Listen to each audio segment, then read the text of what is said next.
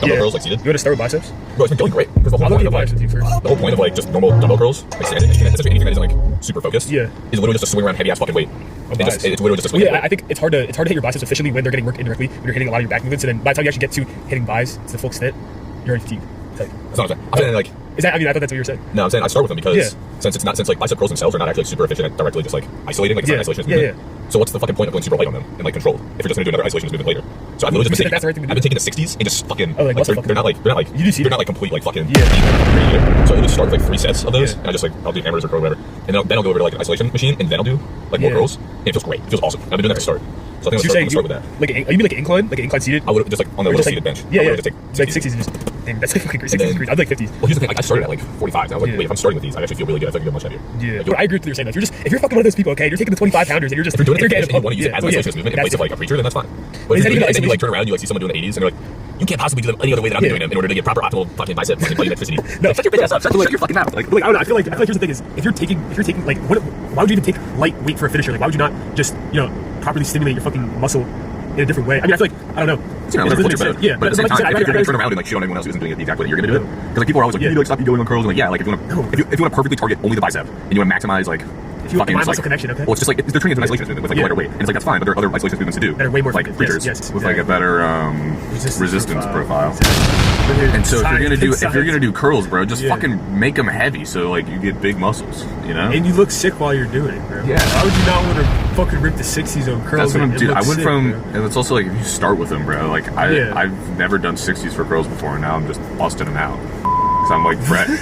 Because I'm fresh. Well, it's also, bro, I think you're pushing food now. You're just like, you're hitting like the strength. That too. You're hitting the strength gains all across the board. I hit fucking 300 in class yesterday. In a college class, I hit 300 bench. And that was my first time flat benching since my I got your shit smoked, bro. Do you have a picture of him? Does he work in the power center? No. Oh, okay, no. I don't think so. Bro, there's this dude who works in the power center at Duquesne. He just like fucking be mean mugging the shit. Like the one day I was in there and I was posing after my lift and he like walked in on me and you could tell he's like, he does something important. He's just like staring at me like. And then was he like shorter? Or not shorter, but was he like bald? Yeah. Like a beard? No, he kind of looks like, you ever see that family where it's like, they're on IG and it's like the dad and he's like talking about the Zaza, you know what I'm talking about? No, I have no clue what you're talking about. Bro, that's a hella niche reference in people. He looks exactly like that motherfucker, but I don't know. That's crazy, I don't get that because I'm chronically Bro, hold on, let me show you. You never see, bro, you definitely have seen at least one. Hold on, bro. Because this shit used to be all my For You page last year. His name's, his last name's Jones, William Jones. Bro. What? This motherfucker. He looks like this motherfucker. I can't find the car. You know what? No, it's not him. Wait a second, hold on. Nowhere near. No. No, I'm saying that's the dude. He'd be like staring at me like, he's just mad I'm mogging this shit, bro. It's just like sour blue raz. What is but it just a normal formula? So I got some. I tried it today. Oh, is it fire? Bro, blue raspberries, let me tell you. I've yet to have one that's actually like good tasting. That's my bag.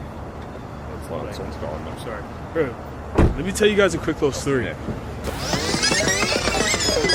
Fuck. I have spent my whole life scared, frightened of things that could happen, might not happen.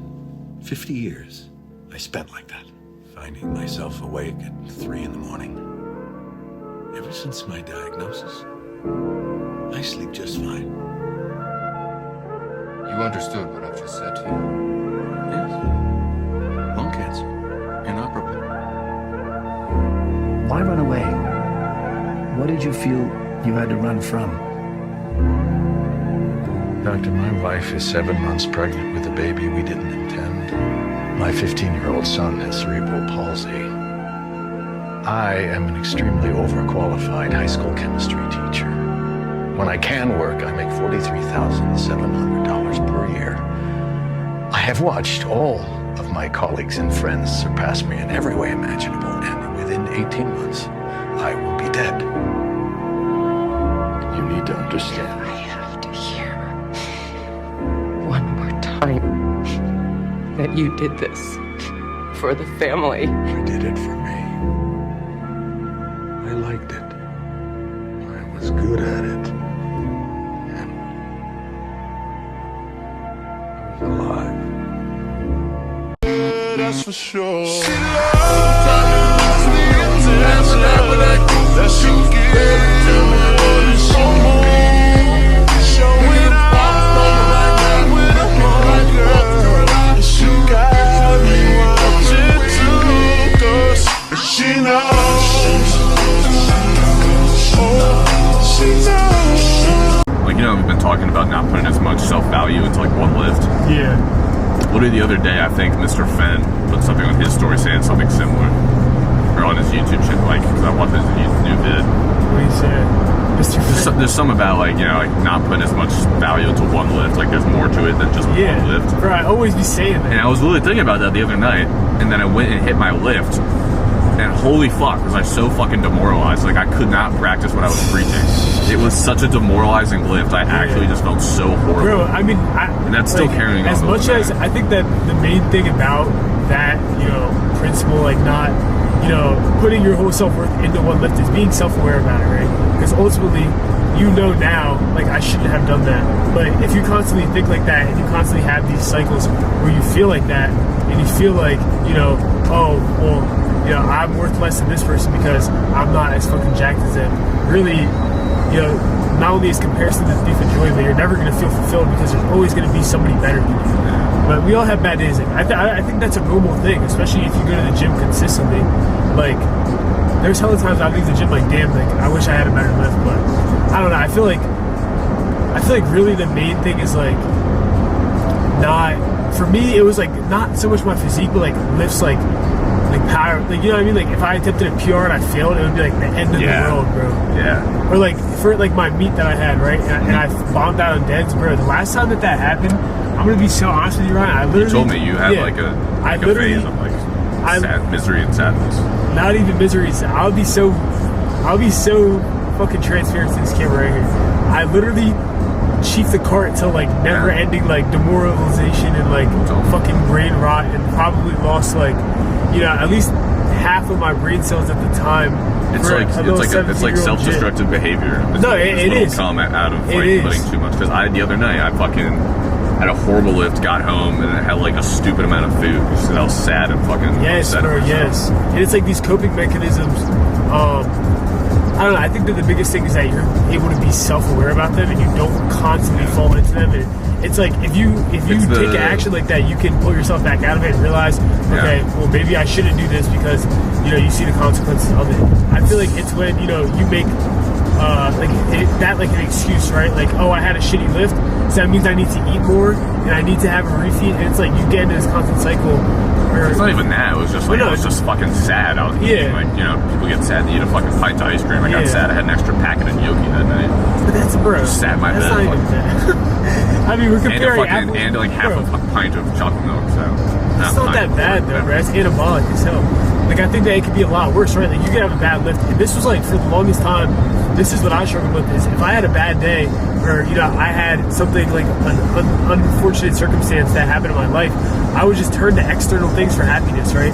And when you really, you know, base your self-worth around other things and external things that ultimately you have no control over, like, you can only take control of the actions that you have, but the result is not always in your control. There's always external factors that are going to, you know, inhibit you from, I guess, necessarily achieving the things that you want all the time. But when you know, have a situation like that, and then you seek external things for validation and happiness to, you know, fill this void, like, you feel like whatever it is, you're feeling sad, you're feeling down on yourself, you're feeling depressed, literally whatever it is.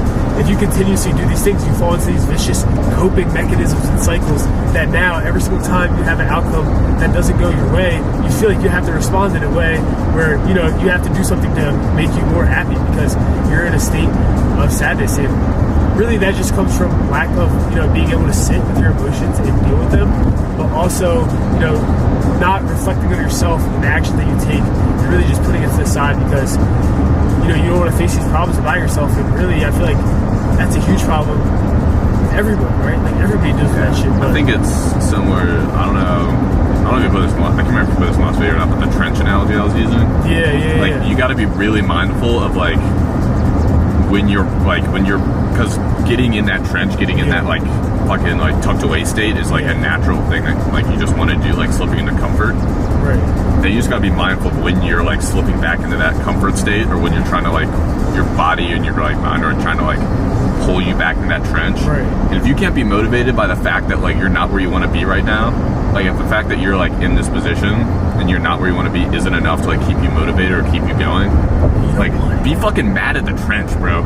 Be pissed that the trench is trying to call you back, because the trench is fucking full of mediocrity and shittiness.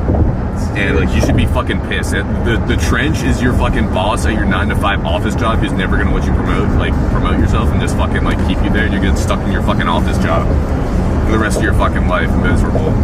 You know, and he's like, you should be happy that you're here. Like you should be grateful. It's like, fuck you, fuck this. Yeah. Like I'm gonna fucking. I don't know. It's like, get fucking mad at it, bro. I'm like, fuck. I know, and I think that, bro, kind of what you're saying is spot on. And the fact that like so many people settle for less because they don't want to accept the harsh truth, and they don't want to actually, you know, take the like do the hard things and get over these problems and get over these issues, and you know, ultimately better yourself and put yourself in a better position, because it's hard, right? These things are hard to do. Nothing is easy. You know, especially when you have a whole bunch of shit going on and you feel like you're not where you want to be at. You know, a lot of people give up, right? But I think that like kind of like how you said, you have to pull yourself out of that trench and get mad at your situation, and not let your situation define your circumstance, or vice versa, right? Like if you're in a shitty situation, like that doesn't mean that is who you have to be forever. If you're in an environment where, you know, you're constantly belittled or you feel like you're not enough, that doesn't mean that you're not enough, right? It's up to you to get yourself out of that situation. It's up to you to put yourself in a better position to, you know, have people around you that support you ultimately and want you like the best for you. So I don't know, I feel like pretty much with like anything that you're going through, maybe not everything, because, you know, I don't want to, anyways, I don't even know what I'm saying, but I think that especially lately, I've been much more like accepting and like understanding of the like, you know, like you need to be able to like function and do your things without motivation. Like you can't rely on motivation. Right. But here's the thing: I'm all for like, you know, being mindful and like being able to function without motivation. That being said, like again, like if you're finding yourself falling back in this trench, get fucking angry, bro. Getting fucking angry and using that as motivation is a fucking phenomenal way to go about and like kind of break out of a rut. And while I don't think it's like sustainable, like, you know, you will come off that, like, you know, when the headphones come off, like, what are you gonna do? But at the same time, holy fuck, does like an angry lift go fucking hard?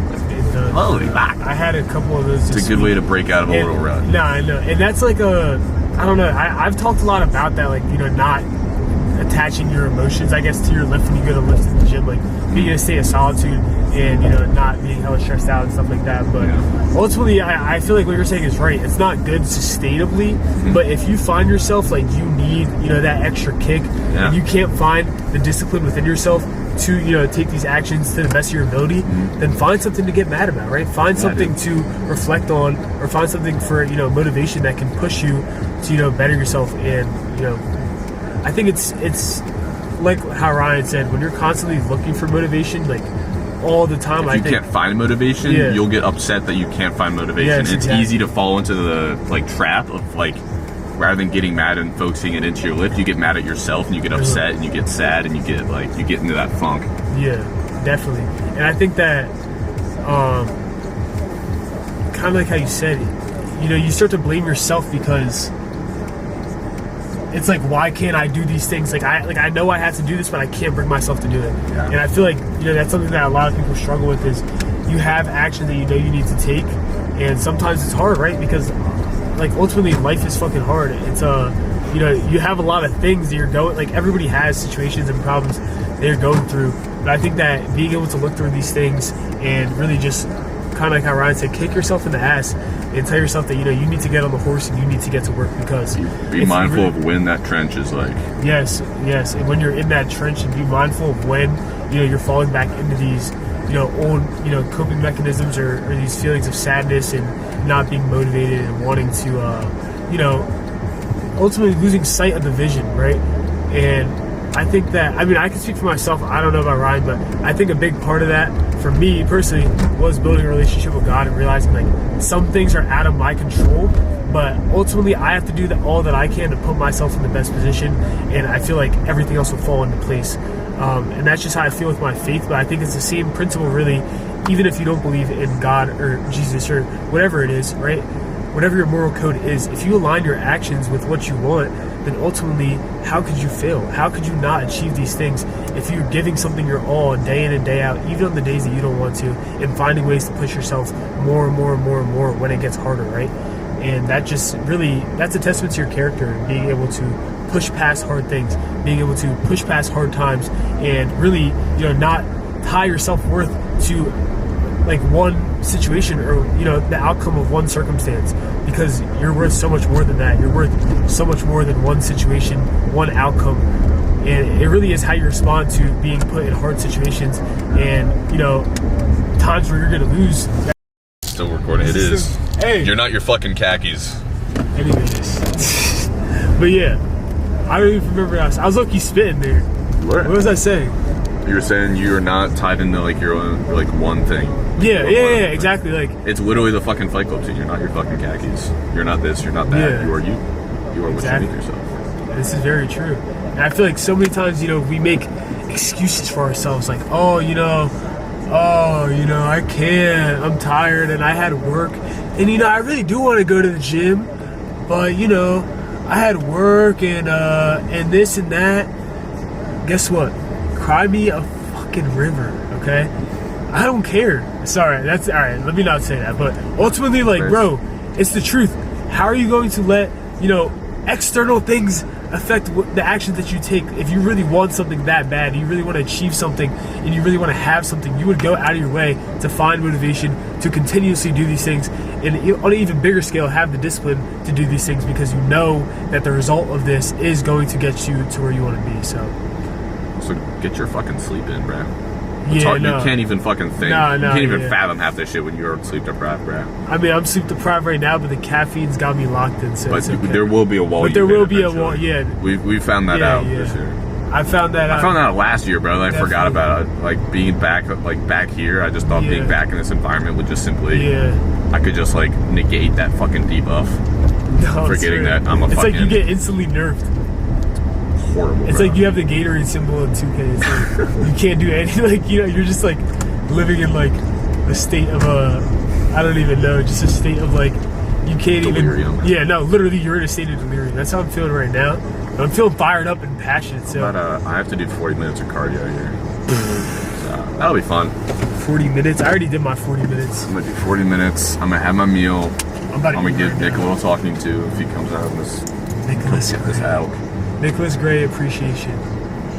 I love Nicholas Gray, but yeah, that's the philosophical rant. We have Socrates and Aristotle colorized in. That's what we need today, bruh. Trinkets. Mew and trinkets. Bruh. Trinkets will be the death of me. Trinkets. I could buy a winning lottery ticket, and then they'll present me with a box of trinkets. I don't know, Attack on Titan, Attack on Titan poster. I'll be like, get the trinket. Alright, boss. Yeah, alright, man. Let you go. I'll see you. Yeah. What time are you going tomorrow? Probably. Let me think. I'll probably go early. If I can get, cause 7. Early? Not early, 1, 2. 1, 2. I'm down for that. Cause I'm not. My sleep's got to get fixed. I actually. Middle, early afternoon. Yeah. I'm about to meal prep in the morning and then go to gym and then get some work done, and maybe edit this. I might edit this video tomorrow night. Type shit. Dude, I'm about to get a Hogan sometime this week. I don't really think I'm gonna have time to. I'm not gonna have time to meal. Yeah. I mean, you have the meal swipes. You might as well. Yeah. I would do the same. Just Hogan is never a fun prospect. Especially after you have your own kitchen, you can cook, bro. Yo, the dining hall is actually struggle, bro. If you're in college and you're in the dining hall, I'm so sorry. You gotta I'm telling you, getting your own kitchen and ways to make your meals is a game changer. It's I'm 50% happier this year alone simply because I have a kitchen. You have control, but you can. Yes, exactly. and I'm not eating, you know, literally unseasoned. I'm not eating raw Uncrustables chicken. or fucking actual like chemicals on my fucking chicken when they fucking grease that fucking grill. Because holy shit, they use actual like Line X WD-40 on that shit.